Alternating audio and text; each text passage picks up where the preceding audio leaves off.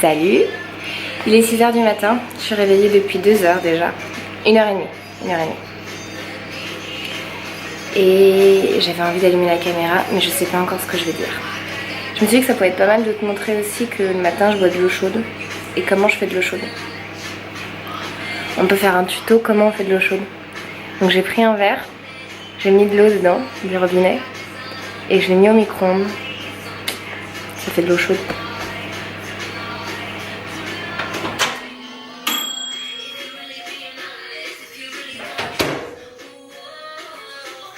Tadam, fin de la vidéo, c'était le tuto comment on fait de l'eau chaude. Ça fait quelques temps que je bois de l'eau chaude maintenant le matin et ça me fait vachement bien. En fait, donc faut que ça soit à jeun, donc je mange pas. De toute façon moi le matin je mange pas. Généralement je me réveille, je mange jamais dans les 2 premières heures où je me suis réveillée. Je mange après généralement. Donc tu vois, si je me réveille à 10h, je vais manger vers midi. Si je me réveille... Généralement, si je me réveille à 6h, je mange jamais avant 10h. Dans tous les cas, je mange pas avant 10h. Alors, je suis pas chez moi. Et j'ai pas mon trépied. Je sais pas comment... Faut que je trouve un moyen de te mettre quelque part. Attends. Je crois qu'on va utiliser des casseroles. Ou des livres. J'ai plein de livres. Je suis 2 semaines dans le sud. Et en fait, tu sais, j'ai une peur un peu irrationnelle. J'en ai pris conscience il y a pas longtemps et je me suis dit que ça pouvait être sympa de te le dire. J'ai peur de mourir d'ennui. J'ai l'impression, parfois je m'ennuie tellement. Et l'ennui est tellement fort chez moi en fait. Ça me fait... C'est tellement insupportable en fait. Quand je m'ennuie, c'est vraiment un sentiment que j'arrive pas à gérer en moi. Et enfin, j'arrive à le gérer, mais c'est difficile. Vraiment, c'est difficile pour moi de m'ennuyer. Et en fait, j'ai parfois l'impression que je vais en mourir. Tellement je m'ennuie, en fait, tellement ça me rend dingue. J'ai l'impression que je vais en mourir d'ennui. Et là, du coup, je suis venue 2 semaines dans le sud. En fait, je vois un herboriste qui fait des mélanges avec des plantes. Et apparemment il arrive à soigner des gens, donc je me suis dit que ça pouvait être sympa de voir un peu comment il faisait pendant 2 semaines et de prendre des échantillons et essayer un peu de les analyser en laboratoire en fait. Donc c'est pour ça que je suis ici et je savais pas vraiment quel allait être le rythme. L'herboriste est quand même assez âgé, donc je me suis dit peut-être qu'on va se voir que 2-4 heures par jour. Et après je me suis dit mais ça se trouve en fait je vais me faire chier, je suis à la campagne, j'ai pas de voiture, je peux pas bouger. Et du coup j'ai pris 14 milliards de livres et si tu veux mon sac, j'ai quasiment pas d'affaires, j'ai quasiment pas de change. Pour 2 semaines j'ai juste 2 pantalons, un pull et 4 t-shirts et je dois avoir 6 culottes tu vois, et un soutif et des chaussettes. Et je dois avoir 4 paires de chaussettes, voilà. Et tout le reste en fait c'est des bouquins, j'ai pris que des bouquins. J'ai pris, on fait la liste, Jamais seule de Marc-André Sellos, c'est ça? En fait, j'avais assisté à un comité sur le microbiote, un comité scientifique sur le microbiote. Et il y avait ce chercheur, Marc-André Sellos, je crois qu'il est à l'INRA d'ailleurs. Et je sais plus, il me semble qu'il était de l'INRA. Et en fait, il avait parlé de son livre où il parle des interactions avec les micro-organismes. Donc c'est des interactions entre les plantes, les animaux et les civilisations. Donc apparemment il fait une photographie assez complète des interactions connues. Donc je me suis dit que ça pouvait être hyper intéressant. Donc j'ai pris ce bouquin que j'ai pas du tout commencé. Il y a ce bouquin qu'on n'a pas arrêté de me conseiller. J'ai pas arrêté de voir des interviews de Mona Chollet. Donc ça s'appelle Sorcière, la puissance invaincue des femmes de Mona Chollet. Et on a encore reparlé il y a une semaine. Une fille qui s'appelle Delphine qui apparemment l'offre à toutes ses copines parce qu'il est super bien. Et là moi je l'ai piqué à ma pote Johanna et je l'ai commencé. Et en fait Mona Chollet, elle revisite complètement, enfin elle reprend l'histoire de la chasse aux sorcières et de l'image qu'on a des sorcières. Elle propose une autre vision des sorcières. En fait, les sorcières, on les voit comme voilà, des vilaines femmes moches qui jetaient des sorts et qui étaient un peu maléfiques. En fait, les sorcières, c'était des femmes indépendantes qui n'avaient pas besoin des hommes, qui maîtrisaient aussi un peu les connaissances de la nature, d'herboristerie par exemple, qui savaient soigner par les plantes, qui avaient de la connaissance. C'était des femmes savantes, des femmes qui avaient de la connaissance. C'était aussi des sages-femmes, des femmes qui aidaient les autres femmes à accoucher, parfois aussi à avorter. Donc elles avaient un rôle aussi dans le contrôle des naissances, elles aidaient énormément. Et en fait, les méchants dans l'histoire, c'est les personnes qui les ont exterminés. Et elles n'avaient rien fait de mal en fait. Et en fait, c'est le prémisse vraiment de... Je sais pas si c'est le prémisse, mais c'est vraiment là où le sexisme a vraiment atteint la vie des femmes en fait. Les femmes étaient tuées parce qu'elles étaient indépendantes, parce qu'elles étaient savantes, parce qu'elles avaient de la connaissance, parce qu'elles n'étaient pas obligées de dépendre... C'était pas des femmes qui dépendaient des hommes en fait. Et c'est hyper intéressant. Et bon, j'en suis à une centaine de pages, donc je peux pas t'en parler plus, mais c'est vraiment chouette. J'ai acheté ça aussi. Je crois que j'ai fait une bêtise. C'était un peu un achat compulsif, mais en fait, bon, on verra bien. C'est le régime de longévité de Walter Longo. Son nom me dit quelque chose, mais je sais pas qui c'est. Et voilà. Sinon, il y a un autre truc qui est super bien, c'est ça. Ça s'appelle... Alors, le titre, je trouve qu'il est pas bien. Manger sain, comment ça marche? Et en fait, c'est un livre... Il faut que je te montre comment je vais faire. C'est un livre où il y a plein d'images. Et pour moi, c'est hyper important. Voilà. Tu vois, il est hyper bien fait. Et en fait, ils expliquent plein de choses. Le soja sur les aliments, le pain. Ils expliquent aussi... Donc ça, c'est les types d'aliments, transformation des aliments, réfrigération, congélation, ouais. Cholestérol, faim et appétit. Ils expliquent tout et c'est super chouette. Attends, je coupe 2 secondes. Et il n'y a même pas les auteurs, mais tu vas le trouver, tu tapes manger sain, comment ça marche. Les faits clairement expliqués, mais voilà, c'est très bien. Et du coup, il met plein d'images et c'est tout est expliqué en fait. De comment ça fonctionne la digestion, quels sont les différents types d'aliments, quels sont leurs effets sur notre corps, enfin tout est passé en revue. Hop, j'ai pris mon journal à compléter, je crois que j'en ai déjà parlé. C'est un journal où je l'ai découvert sur la chaîne de Laetitia, Le corps, la maison et l'esprit. Elle a fait plein de vidéos si ça t'intéresse, c'est vraiment chouette. C'est un journal où tous les jours tu réponds à une question différente et tu le fais pendant 5 ans, c'est vraiment chouette. J'ai piqué aussi à ma pote Johanna Apicratie, mais en fait je crois que je vais pas le lire parce qu'elle m'a trop découragée. Mais ça a l'air super bien en fait. Mais je crois que je vais attendre qu'elle le lise et elle me fera le résumé. Même si en fait elle m'en a déjà pas mal parlé. Apparemment en fait il est écrit d'une manière très universitaire et c'est de la sociologie et j'ai un peu peur de me casser la gueule. Mais en vrai il faudrait que j'essaye quand même. Mais en fait c'est un livre qui dénonce un petit peu tout le mouvement de pensée positive, de psychologie, ouais, de pensée positive, et qui explique quelles peuvent être les dérives en fait et quels sont les inconvénients à cette pensée positive, à cette injonction en fait à être heureux. Et c'est assez intéressant. Et je crois qu'ils le remettent justement dans un contexte sociologique et comment du coup ça nous fait...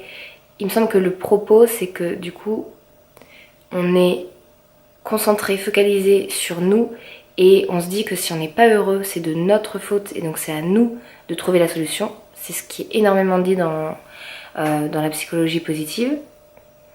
Et je pense que c'est pas complètement faux, mais c'est vrai qu'il faut pas non plus oublier que parfois t'es pas heureux parce qu'en fait on est dans un système, dans une société qui nous rend pas forcément heureux. Et peut-être que si t'es pas heureux, c'est parce que le métier aussi que tu fais, la manière dont ton entreprise par exemple est organisée, la manière dont ton schéma familial est construit, les interactions sociales que tu vas avoir, mais en fait peut-être que tout simplement ça te rend pas heureux. Et du coup, la réponse n'est pas non plus que en toi. Il faut aussi questionner, je pense, l'environnement. Voilà, je crois qu'en gros c'est ça l'idée, mais je l'ai pas lu et en fait on en a déjà un peu parlé, donc j'espère que j'ai pas dit de bêtises, mais il me semble que c'est ça.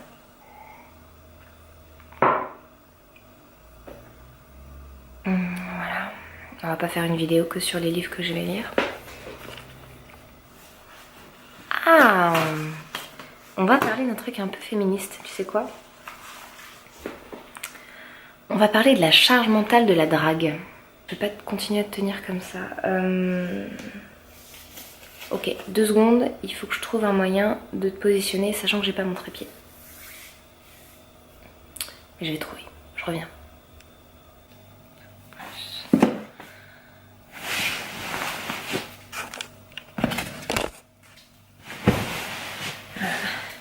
Tadam, c'est parfait. Regarde, regarde sur quoi tu es. Tous les livres dont je t'ai parlé. Hop. Voilà, donc cette vidéo avait du sens.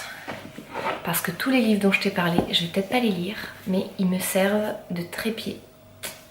C'est cool, hein? C'est multifonction les livres. Qu'est-ce que j'entends par la charge mentale de la drague? Donc la charge mentale, c'est un terme qui a été vachement popularisé par la dessinatrice Emma. Je pense que tu as entendu parler. Si tu n'en as pas entendu parler, tape Emma charge mentale sur Google et tu vas voir la petite BD qu'elle a faite. C'est hyper rapide à lire, c'est hyper bien fait. Où en fait elle explique, donc c'est par rapport au ménage, aux tâches ménagères. Et elle explique en fait que dans les ménages, même si par exemple il y a des ménages qui vont avoir une répartition équilibrée des tâches ménagères, c'est quand même à la femme de gérer l'organisation de la répartition de ces tâches ménagères. Et en fait, Emma explique que c'est un travail qui prend beaucoup d'énergie et qui est complètement négligé en fait. Donc typiquement, par exemple, dans le ménage, ça va être au mari de faire les lessives, par exemple. Et si jamais il n'y a plus de liquide pour laver, comment ça s'appelle? De savon, de lessive tout simplement. En fait, ça va être à la femme de penser à en racheter, par exemple. Tu vois. Et l'homme ne va pas être indépendant complètement indépendant en fait sur cette tâche-là. Moi c'est comme ça que j'ai compris, hein, je pense que c'est ça. Et en fait, je discutais avec mon amie Johanna et on a parlé de ça et en fait on a parlé de la charge mentale dans la drague. Alors, comment c'est venu? En fait, ce qui s'est passé, c'est que là moi donc je travaille avec quelqu'un, avec un homme qui est quand même assez âgé. Et je m'y attendais pas du tout, mais en fait cet homme a commencé à me draguer, à me faire sentir qu'il était intéressé par moi. Le problème, c'est que je travaille avec lui, que j'ai besoin de lui, que j'ai besoin qu'il me donne de la connaissance. Et en plus c'est un travail qui est pas du tout encadré par une structure légale. J'ai pas de contrat de travail, je suis juste là 2 semaines pour voir avec lui pour qu'il me donne un peu ses connaissances en herboristerie. Donc j'ai pas de structure qui peut encadrer ça et qui peut me protéger. J'ai même pas de contrat de travail, tu vois. Mais il était clair que quand je suis venue dans le sud pour travailler avec lui, il était bien clair que c'était pour travailler. Il n'a jamais été question qu'on vive une romance ou qu'il se passe quelque chose, quoi. Bien évidemment. Et donc j'étais un peu surprise en fait quand je suis arrivée et au bout du 2e jour j'ai senti qu'en fait il était intéressé par moi, puis en plus l'écart d'âge est tellement grand que je m'y attendais vraiment pas en fait. Je pensais pas qu'un homme, je sais pas, il a plus de 70 ans, je pensais pas qu'un homme de plus de 70 ans allait être intéressé par moi alors que j'ai quand même 27 ans. Et donc là où c'est délicat, c'est qu'en fait je peux pas le rembarrer en lui disant mais attends ça va pas là la tête, non je suis pas intéressée quoi. Parce que je pense que si je fais ça, alors peut-être que je me trompe, vraiment possible que je me trompe. Mais c'est intéressant de me demander aussi pourquoi je pense ça. Quelques jours après avoir tourné cette vidéo et après de nombreuses tentatives diplomatiques, j'ai dû être plus ferme dans mes propos, mais je suis restée polie, et il m'a fait payer mon refus en arrêtant de me transmettre son savoir. Mais je pense que si jamais je lui dis ça, il ne va plus vouloir en fait si je ne suis pas assez diplomate en fait dans la manière dont je pose mes limites avec lui, en lui disant non, il se passera rien. J'ai l'impression en fait qu'il va moins me donner du savoir, qu'il va me punir en quelque sorte, et qui va moins m'apprendre que ce qu'il devrait m'apprendre en fait. Peut-être que je me trompe, mais pourquoi je pense ça? C'est parce qu'en fait je pense qu'au quotidien, les hommes nous font un peu du chantage aux femmes, enfin en tout cas moi dans ma vie personnelle, c'est arrivé hyper fréquemment qu'un homme me drague et qu'à partir du moment où je repousse ses avances, mais vraiment j'ai toujours été quand même assez diplomate, hein. Je me suis jamais moquée des hommes, j'ai jamais été méchante, mais voilà, il y a un moment, je peux pas fréquenter tous les hommes qui me draguent, et puis j'ai pas envie en fait. Il y a des hommes avec qui j'ai pas envie, j'ai pas le feeling. C'est pas parce c'est pas parce que je les trouve pas beaux, ce n'est pas non plus parce que je les trouve pas intéressants ou pas intelligents, mais parfois le match il se fait pas en fait, tout simplement. Et en fait, ça m'est arrivé assez souvent que des hommes à qui je posais mes limites de manière bienveillante, enfin que je trouve bienveillante et diplomate, me le fassent payer en fait en retour, deviennent pas sympas quand c'était sur le milieu du travail, me fassent un peu de harcèlement ou soit pas sympa, oui, enfin me rendre mon service, tu vois. En fait, souvent ce qui se passe, c'est que les hommes étaient sympas avec moi, mais c'était pas désintéressé, c'était pour me draguer. Et à partir du moment où je refusais ces avances-là, ils arrêtaient d'être sympas et de me rendre des services. Sauf que quand c'est sur le lieu de travail, du coup parfois moi ça me posait des problèmes parce que ça faisait qu'on travaillait moins bien, parce qu'en fait ils étaient moins prêts. Par exemple, un exemple tout bête, mais sur mon dernier travail, je travaillais dans un cinéma. Il y a un homme qui m'a énormément dragué, je l'ai même fréquenté pendant un mois. Et il m'aidait énormément. Quand je travaillais dans un cinéma, donc on faisait pas mal de réassortiment avec les boissons, ou il y avait pas mal de trucs à porter, tout ce genre de choses. Et en fait, avant, quand il me draguait et quand on s'est fréquenté, il m'aidait énormément à porter tous les gros packs qui étaient lourds et à les amener d'un endroit à un autre. Et en fait, à partir du moment où on a arrêté de se fréquenter, mais encore une fois, hein, ça s'est arrêté d'une manière, on a bien discuté, on était censé être en bons termes, mais alors lui, il l'a hyper mal pris, ça l'a vraiment blessé à l'ego, et du jour au lendemain, il m'a plus aidé, et en fait, je me suis même retrouvée une fois dans une situation où j'étais en train de porter des trucs hyper lourds, il marchait devant moi à 2 mètres, et en fait, il ne me tenait même pas la porte. Donc vraiment, en fait, je galérais à porter les trucs, et je devais me déplacer d'un point A à un point B, et il y avait 2 portes qui étaient difficiles à ouvrir, et je devais me démerder en fait pour ouvrir les portes. Alors, c'est un truc tout bête, mais en fait ça joue vachement sur la qualité du travail. Donc voilà pourquoi j'ai un peu peur En fait, je trouve que les hommes souvent font un peu du chantage aux femmes. Mon amie Johanna m'a donné aussi un exemple où tu sais, tu vas voir le serveur, tu l'appelles et tu lui dis oui bonjour, est-ce que je pourrais avoir du sucre pour mon café par exemple, et le serveur va dire oui mais alors j'ai quoi en échange, un petit bisou? Bah non, en fait tu es un serveur, je te demande gentiment, c'est ça le problème aussi, c'est que quand t'es une femme, t'es un peu obligée d'être sympa, d'être gentille, d'être souriante, parce que sinon t'es vue comme une mégère. Mais du coup, quand t'es sympa et quand t'es souriante, les hommes pensent en fait que c'est un appel, un signal, vas-y, drague-moi, vas-y, je suis intéressée. Non, en fait, je suis juste sympa avec toi parce que... Puis moi, je suis très souriante et très sympa parce que je considère que ça rend quand même les échanges plus faciles, que ça rend la vie plus belle, donc du coup, je le fais. Et c'est naturel chez moi, mais c'est vrai que souvent les hommes pensent que en fait ça veut dire que je suis intéressée par eux. Mais en fait, c'est juste de la simple courtoisie. Et dans le cas, par exemple, du serveur, ben en fait, j'ai pas à monnayer mon corps, j'ai pas à te donner un bisou pour avoir du sucre, en fait. C'est quoi ce délire, tu vois?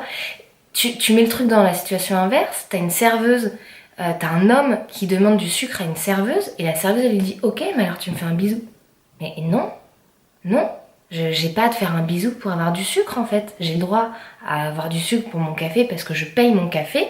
Je donne de l'argent, en fait, contre ce café, et ce café est censé s'accompagner de sucre, donc j'ai pas besoin, en plus, de te donner un bisou. C'est un truc de fou, quoi. Bref. Donc, je pense que j'ai un peu cette peur-là parce que je suis habituée, je suis conditionnée dans mon quotidien, dans mes interactions avec les hommes à Paris notamment. Je pense qu'au Danemark, ça m'est pas arrivé, c'est vraiment à Paris, où les hommes me font un peu du chantage. Et c'est vrai que c'est toujours difficile pour moi de refuser les avances d'un homme parce que je sais que derrière il y a une contrepartie et que derrière en fait le mec peut être pas sympa, peut même me faire des crasses ou peut me refuser certaines choses qu'il aurait pu me donner par gentillesse. Mais bon, après voilà, je peux pas l'obliger non plus, mais c'est quand même enfin moi ça me saoule quoi, mais bon. Et donc du coup, juste pour te dire un peu sur l'histoire avec cet herboriste, je me suis dit avec l'aide de mon amie Johanna que tant pis, moi je ne suis pas prête à coucher pour avoir des informations sur les plantes. Si j'ai envie de les avoir, je pourrais peut-être aussi les avoir par un autre moyen, ou peut-être que je ne les aurai jamais, parce que c'est probable que cet homme ait quand même des connaissances que d'autres n'ont pas.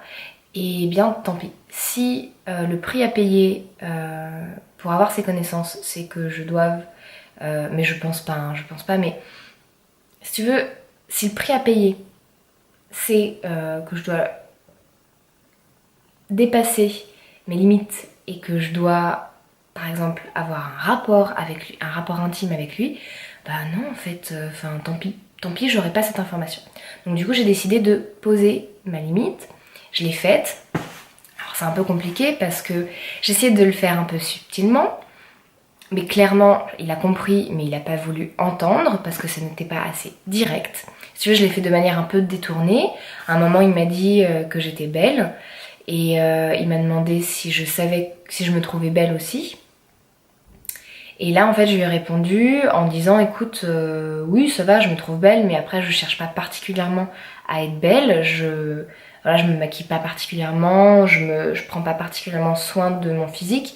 Je prends un peu de soin de mon physique, mais c'est plus prendre soin de mon corps que prendre soin de mon apparence. Et en fait voilà, je lui ai expliqué que moi ça m'intéressait pas, que là par exemple j'étais ici pour travailler et que mon physique avait rien à voir. En fait, ce qui comptait c'était mon cerveau et c'était ma matière grise, mais c'était pas mon physique. Et après j'ai aussi essayé de lui dire subtilement que ça m'énervait. Donc en fait ce que j'ai fait c'est que j'ai pris un exemple sans le mettre dedans et je lui ai dit voilà, moi ça m'est déjà arrivé d'avoir un homme avec qui j'avais une discussion qui n'était pas du tout dans le cadre d'une discussion de séduction ou d'un échange pour se charmer l'un l'autre, qui était une discussion amicale. Et en fait, cet homme, je lui parlais d'un sujet un peu politique, et donc je pense que ce que je disais était quand même assez intelligent. Et en fait, je sentais bien que le mec me regardait un peu sous le charme, avec des grands yeux pleins d'amour. Bon, écoute, moi je le laisse, hein, s'il veut m'aimer, il n'y a pas de souci, il a le droit de m'aimer. Mais là où ça m'a posé un souci, c'est qu'en fait, à la fin de ce que je lui disais, je disais alors qu'est-ce que t'en penses? Et en fait, là, l'homme ne m'a pas du tout dit bah moi ce que je pense de tes opinions politiques ou de ton analyse politique, c'est que c'est ça, c'est bien, c'est mal, je sais pas. Enfin, c'est ni bien ni mal, mais en tout cas, il m'a pas du tout parlé de l'aspect politique. Enfin, il m'a pas du tout parlé en fait de ce que je disais. Il m'a juste dit avec un grand sourire béat, c'est magnifique. Non, il m'a pas dit c'est magnifique. Il m'a dit, je suis vraiment impressionnée. Tu es vraiment une sublime créature et ce que tu dis est vraiment intelligent. Mais en fait, ça a l'air d'être un compliment.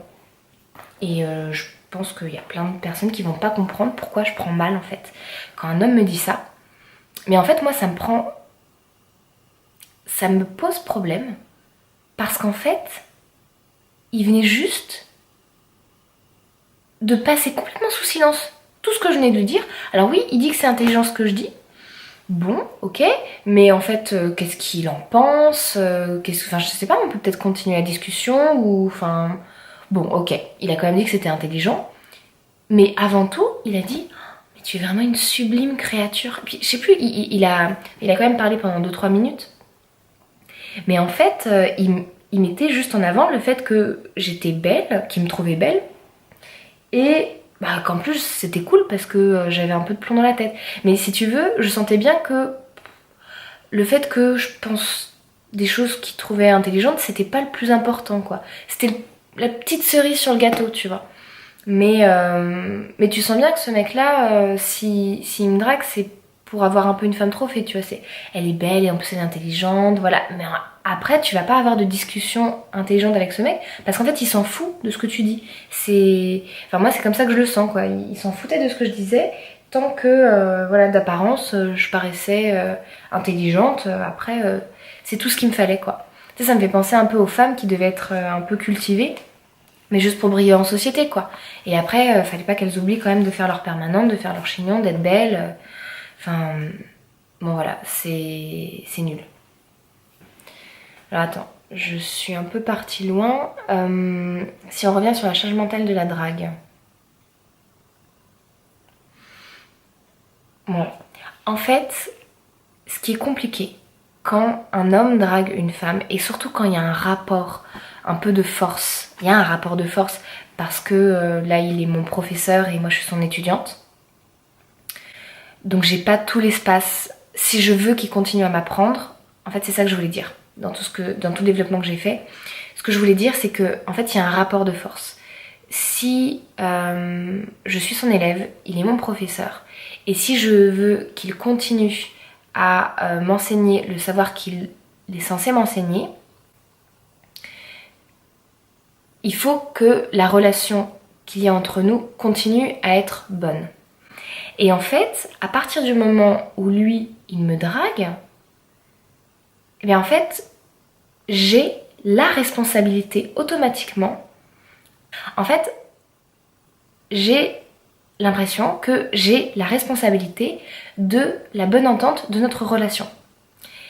Et le problème, c'est qu'il me drague et que je dois aussi poser ma limite pour lui dire non. Non, je n'ai pas envie d'avoir un rapport autre que professionnel avec toi. Et c'est ça en fait que j'appelle la charge mentale de la drague. Parce qu'en fait, lui, il est là, tranquille. Il me balance ses petites allusions alors que moi, je lui ai fait je lui ai envoyé aucun signal pour lui dire vas-y, je suis intéressée par toi. Mais j'ai été gentille. Mais tu vois, c'est ça le problème. En fait, je me sens obligée de me justifier. Oui, je suis gentille. Mais en fait, être gentille, ça ne veut pas dire vas-y, je suis intéressée par toi en fait. Et du coup, là, il est en train de me draguer. Donc, j'ai la responsabilité de moi poser mes limites, mais de les poser de manière diplomatique pour pas qu'il soit blessé dans son ego et que du coup, il y a un problème dans notre relation, il y a un manque d'harmonie dans notre relation. Et ça, déjà, c'est très difficile. Donc moi, ce que j'ai fait, c'est que déjà, je m'y suis pris le plus tôt possible. Ça a été vraiment difficile, c'est pas quelque chose que j'aime faire. Et ce que j'ai fait, c'est que je lui ai rappelé que voilà, pour moi, en fait, en bref, ce que je lui ai dit, que pour qu'on garde cette relation professionnelle dans le but d'accomplir cette mission professionnelle, j'ai dit plusieurs fois professionnelle, c'est pour moi important qu'on garde quand même une certaine limite, une certaine distance dans nos relations et qu'on ne devienne pas trop intime. Et là, il m'a dit « Ah oui, je suis complètement d'accord et tout. » Tu parles. Et il m'a même dit oui, mais d'ailleurs, hier, quand... Parce qu'il m'a dragué clairement, quoi. C'était obvious. Je sais pas comment le dire en français. C'était évident. Et il m'a même dit oui. Et après, en fait, il est revenu, il m'a dit oui. Puis tu sais, hier, hein, je te testais. Hein. Qu'est-ce que tu me testais de quoi? Pourquoi professionnellement t'as besoin de savoir si je suis prête à coucher avec toi ou pas? Enfin, me prends pas pour une cruche, tu vois. Ouais, bref. Donc ma charge mentale, c'est que non seulement je dois poser les limites pour être sûre qu'il n'aille pas trop loin et qu'il me saute pas dessus, qu'il m'embrasse sans me demander, ou qu'il vienne me toucher, ou qu'il vienne me sentir. C'est ce qu'il a fait, hein. Il m'a senti. Après je lui disais, oh, j'ai mis un de tes produits, j'avais la peau hyper douce. Il m'a dit, oh, est-ce que je peux toucher ta peau? Bah non, tu peux pas toucher ma peau en fait. Enfin, pourquoi tu veux toucher ma peau, quoi? Je te dis que j'ai la peau douce, ça te suffit comme information, quoi. J'ai la peau plus douce qu'avant. Donc là, je me suis sortie. Donc déjà, je lui ai dit un non ferme automatique. Et après, je lui ai dit, ça sert à rien parce qu'il faut comparer le avant-après et t'as pas touché avant. Voilà, je lui ai dit comme ça. Mais j'ai senti, tu vois, qu'il était un peu... que ça l'avait blessé, quoi. Bah oui, enfin, j'ai le droit de pas accepter que tu caresses ma peau, en fait, tu vois. Puis voilà, il aurait pas touché ma peau comme ça pour toucher, quoi. Il m'aurait caressé la joue. Bah, j'ai pas envie qu'il me caresse la joue, tu vois. Et en fait, tu vois, donc j'ai posé ma limite, c'était hier après-midi. Tout l'après-midi, il m'a laissé un peu tranquille. Et en soirée, il a recommencé un peu à revenir à la charge. Et en fait, si tu veux, j'ai un peu l'impression que... Je pense que ça va être comme ça toute la semaine. Mais c'est déjà le cas depuis quelques jours. En fait, ce qui se passe, c'est que lui, il est complètement libre de venir me draguer. Et il se préoccupe pas des conséquences, en fait. C'est ça. Il vient, il me drague, les conséquences, il s'en fiche. Il en a rien à faire. Et moi, je suis obligée de gérer, d'être sympa, de poser mes limites. Et en plus, ça me prend vachement d'énergie et je réfléchis énormément à comment poser mes limites de manière diplomatique. Donc de tourner les choses de manière consensuelle pour qu'ils comprennent sans qu'ils soient blessés. Donc ça me prend vachement d'énergie pour préserver l'harmonie de notre relation, pour quand même qu'on puisse travailler en fait, tu vois. Et ben, je trouve ça nul. Je trouve ça nul et je pense que c'est quand même souvent ce qui se passe. Non mais bon, voilà. Et ben, je trouve ça nul. Voilà. Donc je pense que c'est pas quelque chose qui est uniquement dans le sens un homme drague une femme. Je pense qu'il y a aussi ce cas-là qui peut se présenter quand une femme drague un homme. Et en fait, je pense que ce cas est quand même assez présent quand il y a un rapport de force. Et c'est vrai que dans la vie, il y a quand même souvent un rapport de force qui est au bénéfice des hommes et au détriment des femmes.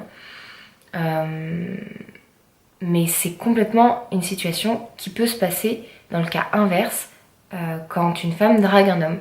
Et notamment dans le cadre professionnel, tu vois, par exemple.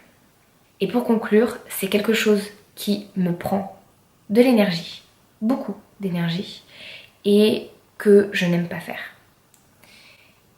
Et du coup, en fait, ce que je fais, c'est que je commence en douceur. Donc là, j'ai commencé en douceur.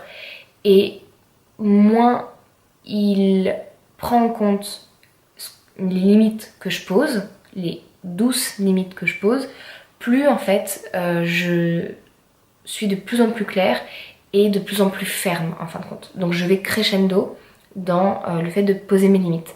Par exemple, j'ai commencé, comme je t'ai expliqué, en lui disant, en lui expliquant, mais sur des cas qui ne le concernaient pas. Il n'a pas voulu entendre. La deuxième étape, ça a été de lui dire clairement, moi je suis ici dans un but professionnel et je pense que pour accomplir notre mission professionnelle, c'est mieux qu'on garde quand même notre distance intime et qu'on reste au maximum amis, mais qu'il ne se passe pas autre chose. Et là, je pense que dans le futur, s'il continue, je lui dirai plus clairement, je ne suis pas intéressée, je préfère que tu arrêtes de me draguer. Voilà. Je pense que ça va se passer comme ça.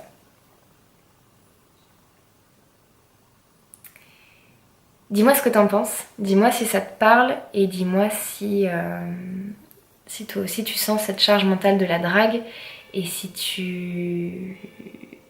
ouais, si t'as envie de me raconter un peu des cas où toi t'as vécu ça, n'hésite pas, ça me fera plaisir de voir un peu que je suis pas toute seule à ressentir ça.